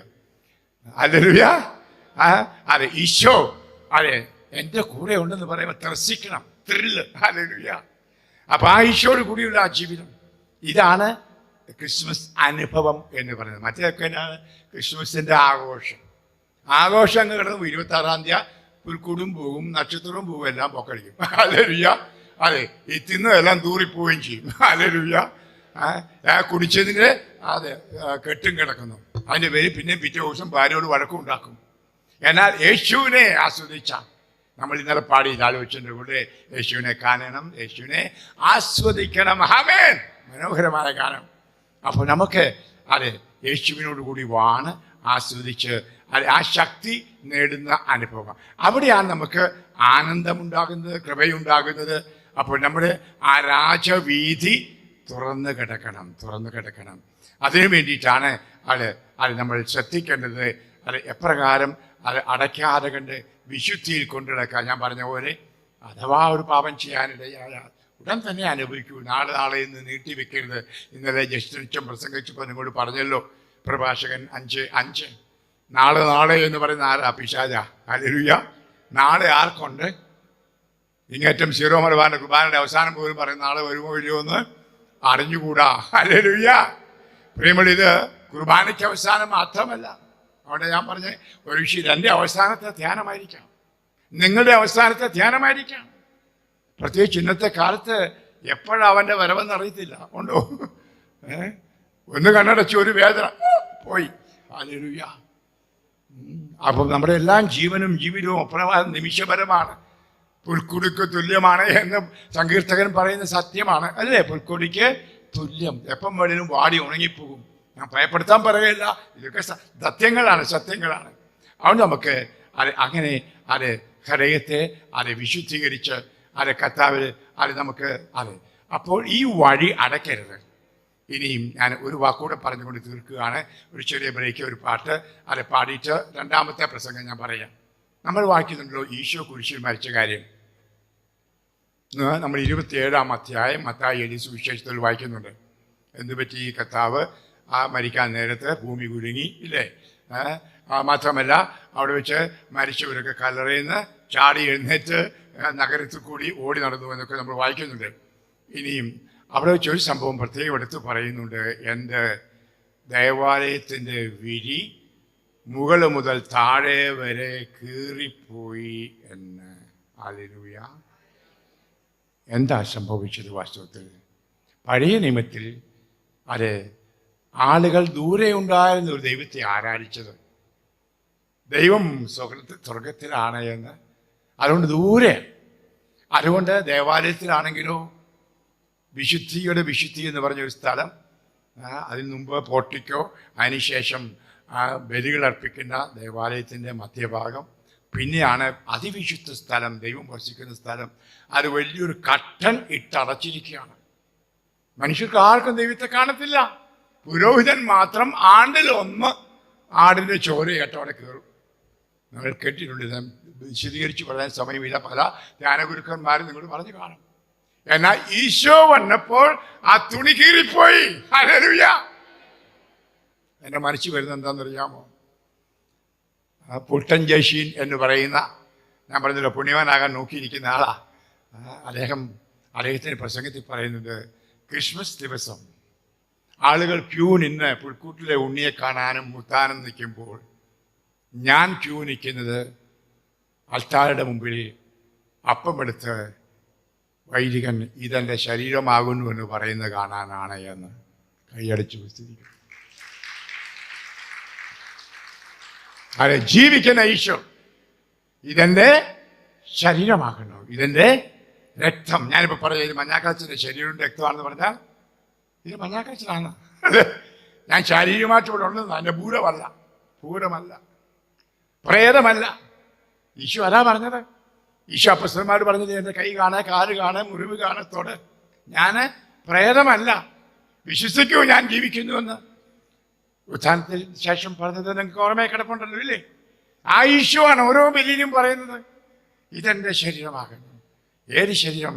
അമ്മയുടെ ഉദരത്തിൽ പിറന്ന് 9 മാസം കിടന്ന് പെറ്റ് ആ കരിയിലാലും പ്രാന്തപ്രദേശങ്ങളിലും ഓടി നടന്ന് പ്രസംഗിച്ച അത്ഭുതങ്ങൾ ചെയ്ത, അതിനുശേഷം നമ്മുടെ പാപങ്ങളെല്ലാം ശരീരത്തിൽ ഏറ്റെടുത്ത് കുരിശുമരണം പ്രാപിച്ച, ഉത്ഥാനം ചെയ്ത ആ ഈശോ ആണ് ഓരോ ദിവ്യബലിയിൽ നമ്മൾ കാണുന്നത്. Hallelujah, hallelujah. ആ ഈശോയെ കാണണം.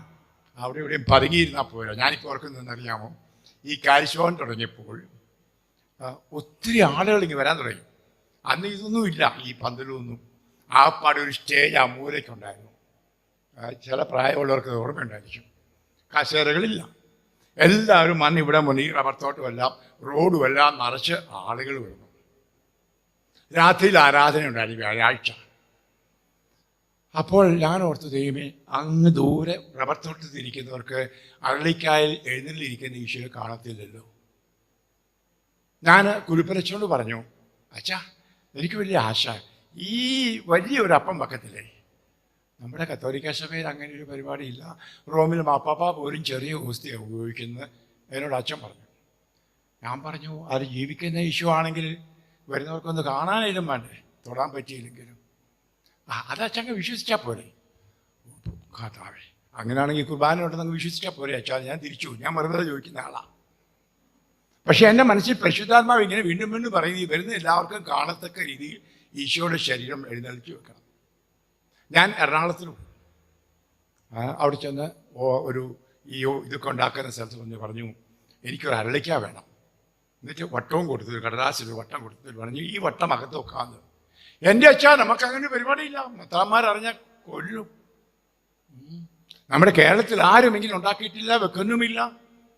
അച്ഛാ ദയവായിട്ട്, അച്ഛനെ എനിക്കറിയാം, അച്ഛൻ്റെ ദീക്ഷണതയും അറിയാം. പക്ഷേ ഞാൻ പറയുള്ളൂ, താൻ അരളിക്ക ഉണ്ടാക്കുക, ഞാൻ പൈസ തന്നോളാം, താൻ എന്നോട് ഉപദേശമൊന്നും പറയണ്ട.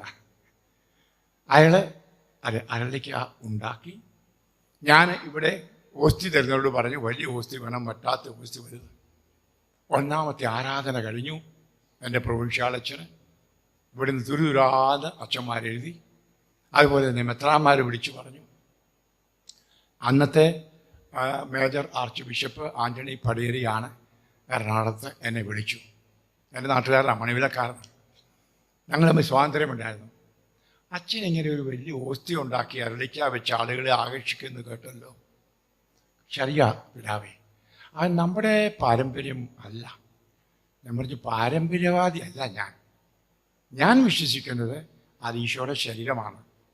പിതാവാണെ വാക്കാടു അതിരുമ്പോഴൊക്കെ കാഴ്ചകളിൽ 10,000-കണക്കിന് ആളുകൾ വന്ന് റോഡിലും അവിടെ റബ്ബർ തോട്ടത്തിൽ ഇരിക്കുന്നു. രാത്രി മുഴുവൻ ആരാണെത്തുന്ന ഈശോ ഒരു നോക്ക് കാണാൻ. എന്നെ സംബന്ധിച്ചോളം അത് ഈശോയുടെ ശരീരം എന്ന് പറഞ്ഞാൽ ഈശോ തന്നെയാണ്. അവർക്കൊന്ന് കാണാനുള്ള അവസരം വേണം പിതാവേ. അതുകൊണ്ടാണ് ഞാൻ വലിയ ഓസ്തി ഉണ്ടാക്കി വലിയ അരളിക്ക വെച്ചത് എന്ന് അച്ഛൻ അല്പം കൂടെ പറഞ്ഞല്ല, ഞാൻ പറയുന്നില്ല. പിതാവ് പറഞ്ഞു, അച്ഛൻ്റെ വിശ്വാസം എനിക്കുണ്ടായിരുന്നെങ്കിൽ എന്ന്. അതെ പിതാവേ, ഞാൻ വിശ്വസിക്കുന്ന അങ്ങനെ തന്നെയാണ്.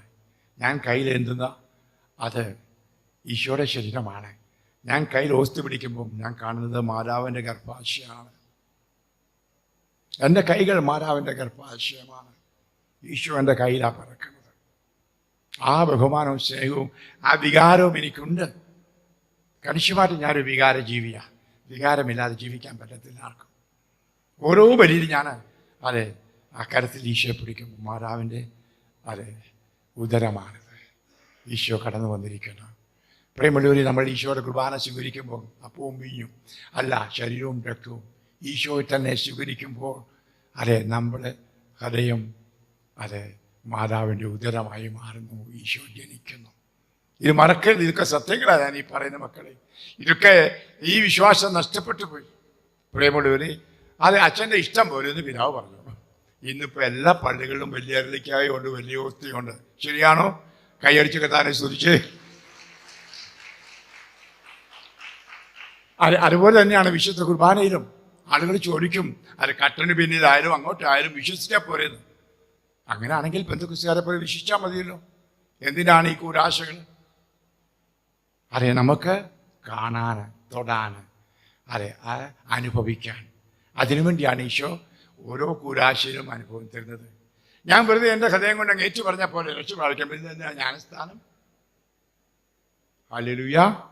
അതെ, ജ്ഞാനസ്ഥാനത്തെ ഓരോ കർമ്മങ്ങൾക്കും അർത്ഥമുണ്ട്. അതുപോലെയാണ് ദിവ്യബലിയും. അതുകൊണ്ടാണ് ഷീൻ എന്ന മഹാനായ ആ ആർച്ച് ബിഷപ്പ് പറഞ്ഞത്, അത് സ്വരൂപത്തിൻ്റെ മുമ്പിൽ പോയി ക്യൂ നിൽക്കില്ല, പിന്നെയോ എവിടെയാണോ ഒരു വൈദികൻ അപ്പം എടുത്ത് ഇതെൻ്റെ ശരീരമാകുന്നു പറയുന്നു, അവിടെ പോയി ഞാൻ കുമ്പിട്ട് ആരാധിക്കുമെന്ന്. ഹല്ലേലൂയ. നമുക്ക് നമ്മുടെ വിശുദ്ധ കുർബാനയുടെ വിശ്വാസം ഇപ്രകാരം. അതെ, ഇവിടെ ഞാൻ പറഞ്ഞത് എന്താണെന്ന് ചോദിച്ചാൽ, അതെ, വിധികൾ മാറ്റപ്പെട്ടു എന്ന് പറയുവാൻ. അത് ഇന്നും നമുക്കറിയാം. ഈ പൗരസ്ത്യ റീത്തുകളൊക്കെ പഴയ നിയമത്തിലാണ് ജീവിക്കുന്നത് എന്ന് പറയാതിരിക്കാൻ തരമില്ല. സെക്കൻഡ് വത്തിക്കാൻ കൗൺസിൽ, രണ്ടാം വത്തിക്കാൻ സുനോദോസ് നടക്കുന്നതിനും വരെ എല്ലാ കത്തോലിക്കരും പഴയ നിയമത്തിൻ്റെ ഷാഡോയിൽ നടയില്ലായിരുന്നു. അന്ന് എല്ലാ കുർബാനകളും ചൊല്ലിയിരുന്നതും അങ്ങനെയാണ്. ആരും യേശുവിനെ നേരിട്ട് കാണുകയില്ലായിരുന്നു ഈശോ എൻ്റെ ശരീരമാകുമെന്ന് പറയുമ്പോൾ. എന്നാൽ വത്തിക്കാൻ സുനോദോസിൽ പരിശുദ്ധാത്മാവ് വന്ന് അവിടെ കൂടിയ പിതാക്കന്മാരുടെ കണ്ണൊക്കെ തുറപ്പിച്ചു. നിങ്ങൾക്ക് ഓർമ്മയില്ല എങ്കിലും കേട്ടിട്ടുണ്ട്, വത്തിക്കാൻ സുനോദോസിൻ്റെ 2 തീരുമാനം. ഒന്ന് ഇതായിരുന്നു: കുർബാനയുടെ സമയത്ത് കൊന്തയും ചൊല്ലിക്കൊണ്ട് ജനങ്ങൾ ഇരുന്നാൽ പോരാ, പ്രാർത്ഥനയിൽ അവരവരുടെ ഭാഷയിൽ സംബന്ധിക്കണം. ഹല്ലേലൂയ. യുനാനിമസായിട്ട് ഒന്നായിട്ട് അവരുടെ തീരുമാനം. നമുക്കെടുത്തില്ലെങ്കിൽ ഈ വത്തിക്കാൻ സുനോദോസ് നടക്കുന്നതിന് മുമ്പ് കുർബാന അല്ലെങ്കിൽ സിറിയൻ ലാംഗ്വേജ്, സിറിയക്കിലായിരുന്നു, അത് ലത്തീന്. ആളുകൾ കൊന്തയും ചൊല്ലിക്കൊണ്ടിരിക്കുക. ഈ അച്ഛൻ പറയുന്നു അറിയത്തില്ല, അവിടെ സംഭവിക്കുന്നു അറിയത്തില്ല. അങ്ങനെയായിരുന്നു. അതുകൊണ്ടാണ് തീരുമാനിച്ചത് ഓരോരുത്തരുടെ ഭാഷയിൽ വേണമെന്ന്. 2, അതെ, ഈശോ അതെ തിരശീല മാറ്റി നമ്മുടെ മധ്യത്തിലേക്ക് വന്നവൻ നമ്മളെ കാണാനും നമുക്ക് അവിടുത്തെ കാണാനും. അതുകൊണ്ടാണ് എല്ലാ റീതിപ്പെട്ടവരും അതെ കർത്താവ് മനുഷ്യരിലേക്ക് തിരിയണമെന്ന് പറഞ്ഞത്. ഹല്ലേലൂയ. എന്നാലും റീത്ത് കീപ്പ് ചെയ്യുവാനായിട്ട് അതിൻ്റെ ട്രഡീഷൻ, അതിൻ്റെ പാരമ്പര്യത്തിന് വേണ്ടിയിട്ട് ഇന്നും അവർ പഴയ പാരമ്പര്യം, ഞാൻ കുറ്റപ്പെടുത്തുകയല്ല, അതിൻ്റെതായ അനുഭവം കാണുമായിരിക്കും, എനിക്ക് അറിഞ്ഞുകൂടാ. ഏതായാലും ശരി, അതെ, കർത്താവ് തിരശീലകൾ മാറ്റി. ഹല്ലേലൂയ. മൂടി വയ്ക്കാനല്ല. ഇനിയും അവിടെ ആളുകൾ പറയും അത് രഹസ്യമാണ്, രഹസ്യാത്മത. ഈ രഹസ്യാത്മത എന്ന് പറഞ്ഞ് മൂടി വയ്ക്കുന്നതല്ല. ബൈബിൾ മുഴുവൻ മൂടി വയ്ക്കലിനെതിരാണ്. ഒന്നും വെളിച്ചത്ത് വരാതിരിക്കുകയല്ല കർത്താവ് പറഞ്ഞത്. അതൊക്കെ പറഞ്ഞ് ഒത്തിരി പറയാനുണ്ട്. ഈശോ എപ്പോഴും വെളിച്ചമാണ്, എല്ലാം പ്രകാശത്തിലായിരിക്കണം. അവൻ്റെ കണ്ണുകൾക്ക് അത് 10,000 സൂര്യനേക്കാൾ പ്രഭയുമുണ്ട്. ഹല്ലേലൂയ. അപ്പം ഒന്നും മൂടി വയ്ക്കപ്പെടുകയില്ല ഈശോയുടെ അടുക്കൽ. അപ്പോൾ അതെ, അത് നമ്മൾ വ്യക്തമായിട്ട് മനസ്സിലാക്കണം. അതെ, മൂടി വയ്ക്കുന്ന പരിപാടി തമ്പുരാന്റെ പരിപാടി അല്ല എന്ന്. സ്വർഗത്തിൽ നിന്ന് തൻ്റെ പിതാവായ ദൈവം, നമ്മുടെ പിതാവായ ദൈവം ഏകജാതനെ നമുക്ക് കാണാനും തൊടാനും അനുഭവിക്കുവാനുമാണ് അയച്ചത്. ഹല്ലേലൂയ. ഹല്ലേലൂയ. മൂടി രഹസ്യാത്മകത എന്ന് പറഞ്ഞാൽ ഞാൻ ഇടയ്ക്ക് പറയുണ്ടായി, എനിക്കത് ബുദ്ധി കൊണ്ട് ഗ്രഹിക്കാൻ പറ്റുന്നില്ല, ആത്മാവിൽ മാത്രമേ ഗ്രഹിക്കാൻ പറ്റൂ. ഉദാഹരണമായിട്ട് ഒരു വൈദികൻ പറയുന്നു, ഇതെൻ്റെ ശരീരമാകുന്നു. വിശ്വാസത്തിൻ്റെ ആത്മാവിൻ്റെയും കണ്ണുകളുണ്ടെങ്കിലേ അത് ശരീരമായി മാറിയതായി നിനക്ക് അനുഭവപ്പെടൂ, ഇല്ലെങ്കിൽ അതപ്പം തന്നെ. ഹല്ലേലൂയ. അതുപോലെ ഒരു കുട്ടിക്ക് മാമോദിസ കൊടുത്തുകൊണ്ട് യേശു പിതാവിൻ്റെയും പുത്രൻ്റെയും പരിശുദ്ധാത്മാവിൻ്റെ നാമത്തിൽ സ്നാനപ്പെടുത്തുന്നു. കുട്ടിക്കൊരു മാറ്റവും വരുന്നില്ല. നമ്മൾ നോക്കുമ്പോൾ ഉണ്ടോ? എന്നാൽ ആ കുട്ടി ആരായിത്തീർന്നു? പിതാവിൻ്റെ മകനോ മകളുമായി, അല്ലേ? ഇത് നമ്മുടെ വിശ്വാസത്തെ കണ്ടുകൂടെ കാണുന്നു ആണോ? ഭാര്യയും ഭർത്താവും കരങ്ങൾ കോർത്ത് പിടിച്ചിരിക്കുന്നു. പറയുകയാണ്, നിങ്ങൾ 2 അല്ല 1 നോക്കുമ്പം 2 2. ഹല്ലേലൂയ. എന്നാൽ ആത്മാവിന് കൃപയുള്ളവർക്കറിയാൻ സാധിക്കും, ഞാൻ എൻ്റെ ഭാര്യയിലും ഭാര്യ എന്നിലുമാണ് എന്ന്. ഹല്ലേലൂയ. അതെ, ഇത് അതുപോലെ ഓരോ കൂരാശികളുടെയും പിന്നിൽ രഹസ്യാത്മകത എന്ന് പറയുമ്പോൾ മറച്ചു വച്ചിരിക്കുന്നു എന്ന അർത്ഥമല്ല. പിന്നെയോ ബുദ്ധി കൊണ്ട്, സാമാന്യ ബുദ്ധി കൊണ്ട് മനസ്സിലാക്കത്തില്ല. ആത്മീയമായ കൃപയുണ്ടെങ്കിലേ സാധിക്കൂ. ഉദാഹരണം, നിങ്ങൾക്ക് ഇന്നലെ കുംസാരിക്കാൻ പോയി, ചില ഇന്നായിരിക്കും കുംസാരിക്കുന്നത്. വൈദികൻ പറയുന്നു, നിന്റെ പാപങ്ങൾ മോചിച്ചിരിക്കുന്നു. തമ്പുരാനെ ആർക്കറിയാം? ഹല്ലേലൂയ. പാപം മോചിച്ചിരിക്കുന്നു നമ്മൾ കണ്ടില്ല. കണ്ടോ? കാണാൻ പറ്റുമോ? ഇല്ല. പക്ഷെ ഞാൻ വിശ്വസിക്കുന്നു, എൻ്റെ പാപങ്ങൾ ആ വൈദികന്റെ പ്രാർത്ഥനയിലൂടെ വിമോചിക്കപ്പെട്ടു, എനിക്കൊരു പുതിയ ഹൃദയം കിട്ടിയെന്ന്. ഹല്ലേലൂയ. അപ്പോൾ നമ്മുടെ ഈ കൂരാശകളും പ്രാർത്ഥനകളും എല്ലാം പിന്നിൽ രഹസ്യമുണ്ട് എന്ന് പറഞ്ഞാൽ മറച്ചു വച്ചിരിക്കുന്നതല്ല. ഞാൻ ഓർക്കുന്നത് റഷ്യയിലെ ചെന്യാബിസ്കി എന്ന് പറയുന്ന സ്ഥലത്ത് ധ്യാനിപ്പിക്കാൻ പോയി. റഷ്യയിലെ 95% ആളുകളും ഓർത്തഡോക്സ് സഭയിലെ ആളുകളാണ്, കേട്ടിട്ടുണ്ടായിരിക്കും. കത്തോലിക്കൽ ചുരുക്കമാണ്. അപ്പോൾ എൻ്റെ ധ്യാനത്തിൽ വന്ന ഭൂരിപക്ഷം ഓർത്തഡോക്സുകാരുമായിരുന്നു. വിരലിൽ എണ്ണാനേ കത്തോലിക്കൽ വന്നുള്ളൂ, കാര്യം 10,000 പേര് വന്നെങ്കിലും. ഓക്കെ, ആദ്യമേ എന്നെ കൊണ്ട് കാണിച്ച അവിടുത്തെ കത്തീഡ്രൽ പള്ളി. നിങ്ങൾക്കറിയാം, അവരുടെയൊക്കെ പള്ളിയിൽ നമ്മളെ പോലെ പ്രതിമകളില്ല, ഐക്കൺസ്. അതായത് ഈ നിങ്ങൾക്ക് ഐക്കൺ എന്ന് പറഞ്ഞാൽ ഈ പടം, വെറും പടമല്ല, തടിച്ച പടങ്ങൾ, അതിനാണ് ഐക്കൺ എന്ന് പറയുന്നത്. മലയാള വാക്ക് എനിക്കറിയത്തില്ല എന്നാണ്. അത് മുത്തും. കാരണം അവിടെ വിശുദ്ധ കുർബാനയില്ല. നിങ്ങൾക്കറിയാമോ, യാക്കോബായ പള്ളികളിലൊന്നും, മർത്തോം പള്ളികളൊന്നും വിശുദ്ധ കുർബാനയില്ല. വിശുദ്ധ കുർബാനയുള്ള പള്ളി കത്തോലിക്ക പള്ളിയാണ്. ഹല്ലേലൂയ. അത് മനസ്സിലാക്കണം. അപ്പോൾ അത് ഇത് പോയി മുത്തും മാറി മാറി, മാതാവിൻ്റെ ഉണ്ട്, ഔഷധപിതാവിൻ്റെ ഉണ്ട്, ഈശോയുടെ, അതാണ് അവിടെ. ക്രിസ്മസ് ടൈമിലാണ് ഞാൻ ഈ ധ്യാനത്തിന് പോലെ. ക്രിസ്മസ് ടൈം കഴിഞ്ഞ പിറ്റേ ആഴ്ചയാണ്, എനിക്കൊന്ന് 26-ാം തീയതി ആകുമ്പോഴായിരുന്നു എൻ്റെ ഫ്ലൈറ്റ്, ഡിസംബർ. അപ്പോൾ ഉണ്ണീശയെ വെച്ചിട്ടുണ്ട്. ഉണ്ണീശയെ മൂടി വെച്ചിരിക്കുകയാണ് നല്ല ഒരു പട്ട് വസ്ത്രം കൊണ്ട്. അപ്പം ഇത് കാണിച്ച ഒരു മെത്രാപ്പോലീത്ത എന്നെ കാണിക്കാൻ കൊണ്ടുപോയത്. അത് പറഞ്ഞു, ഉണ്ണീശോയാണ് അടിയിൽ. ഞാൻ അച്ഛനായതുകൊണ്ട് പൊക്കി കാണിക്കാമെന്ന് പറഞ്ഞു. അതായത് ഈ ഐക്കൺ, ഉണ്ണീശോയുടെ ഒരു പ്രതിമ, അത് മൂടി വെച്ചിരിക്കുകയാണ്. ഇതാണ് രഹസ്യാത്മകത. ഹല്ലേലൂയ. അപ്പം ഞാൻ ചുമ്മാ ചിരിച്ചോണ്ട് പിതാവ് ഇത് പുറത്ത് വെക്കുകയാണെങ്കിൽ എല്ലാവർക്കും കാണാമല്ലോ എന്ന്. ഹല്ലേലൂയ. പ്രതിമയാണെങ്കിൽ തന്നെ എല്ലാവരും ഒന്ന് കണ്ടോട്ടെ. അതല്ല രഹസ്യാത്മകത. ആ പടത്തിൻ്റെ പിന്നിൽ ഈശോ ഉണ്ട്. ഈ കുരിശുരൂപത്തിൻ്റെ പിന്നിൽ ക്രൂശിതനായ ഈശോയാണ് ഞാൻ കാണുന്നത്, അല്ലാതെ ഈ മെറ്റൽ, ഈ ലോഹനിർമ്മിതമായ കുരിശല്ല. ഹല്ലേലൂയ. ഇവിടെയാണ് അതെ ഇതിൻ്റെ രഹസ്യം എന്താണ്? ആത്മാവിലൂടെ എനിക്കറിയാം 2000 കൊല്ലങ്ങൾക്ക് മുമ്പ് കാൽവരി മാറിൽ എനിക്കായി ജീവാർപ്പണം ചെയ്ത എൻ്റെ ഈശോയുടെ കുരിശ്. ഹല്ലേലൂയ. അത് സ്വർണ്ണമായിരിക്കാം, വെള്ളിയായിരിക്കാം, ചെമ്പായിരിക്കാം, തടിയോ കല്ലോ ആയിരിക്കാം, അതല്ല എൻ്റെ പ്രശ്നം. ഹല്ലേലൂയ. അപ്പോൾ ഈ രഹസ്യാത്മകത എന്ന് പറഞ്ഞാൽ അതിന് ഇംഗ്ലീഷിൽ പറയുന്നത് മിസ്റ്ററി. മിസ്റ്ററി എന്ന് പറഞ്ഞാൽ ബുദ്ധി കൊണ്ട് മനസ്സിലാക്കത്തില്ല, ആത്മാവിൻ്റെ കൃപയിലൂടെ മാത്രം.